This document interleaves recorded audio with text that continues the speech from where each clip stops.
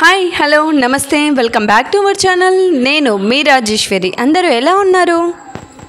హనుమాన్ జయంతి సందర్భంగా మేము హనుమాన్ జయంతి రోజున ఆకు పూజను అలాగే స్వామికి అభిషేకం అనేది చేయించడం జరిగింది. ఆ వీడియోని మీతో షేర్ చేసుకుంటున్నాను. స్వామివారి జయంతి రోజునే కాకుండా ప్రతి మంగళవారం, శనివారం మరియు అమావాస్య రోజున కూడా స్వామివారికి ఆకుపూజ అభిషేకాలు జరుగుతూనే ఉంటాయి. ఇక్కడ గుడివారు అమావాస్య రోజున విందు కార్యక్రమాలు కూడా ఏర్పాటు చేస్తున్నారు. భక్తులకు చాలా ఆహ్లాదంగా అలాగే ఎంతో భక్తి శ్రద్ధలతో రాత్రిపూట కూడా భజనను ఏర్పాటు చేసి అల్పాహారాన్ని ఏర్పాటు చేస్తున్నారు. ఇక్కడ ఆంజనేయ స్వామి తిరుగు లేకుండా అభయాన్ని ఇస్తాడని అందరూ నమ్ముతారు. ఓం శ్రీ ఆంజనేయ స్వామియే నమః, ఓం శ్రీ ఆంజనేయ స్వామియే నమః అనుకుంటూ మేము అభిషేకం పూర్తి చేసుకున్నాము. ఇలా ఈ విధంగా స్వామివారికి పెట్టే మండపాన్ని ఈ విధంగా ఆకులతో అలంకరించాము.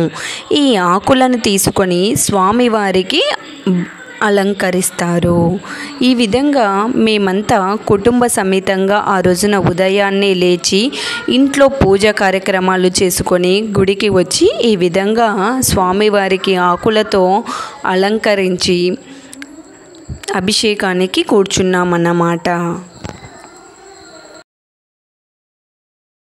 జై శ్రీరామ్ అని నామం చెప్పుకుంటూ మేము స్వామివారిని భక్తి శ్రద్ధలతో ఆ రోజు కొలుస్తూ ఈ విధంగా ఆకులతో మండపాన్ని రెడీ చేసుకున్నాం.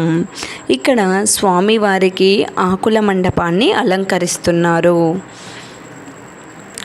అభయహస్తంతో ఆంజనేయ స్వామి ఎటువంటి చెడు దృష్టిని ఇంటి మీద పడకుండా అలాగే ఆరోగ్యాన్ని, ఆయుష్ని, ఆనందాన్ని కలగజేస్తాడని మనస్ఫూర్తిగా ఆ స్వామివారిని ఈరోజు కొలిచేందుకు భక్తులు విపరీతంగా వచ్చారు.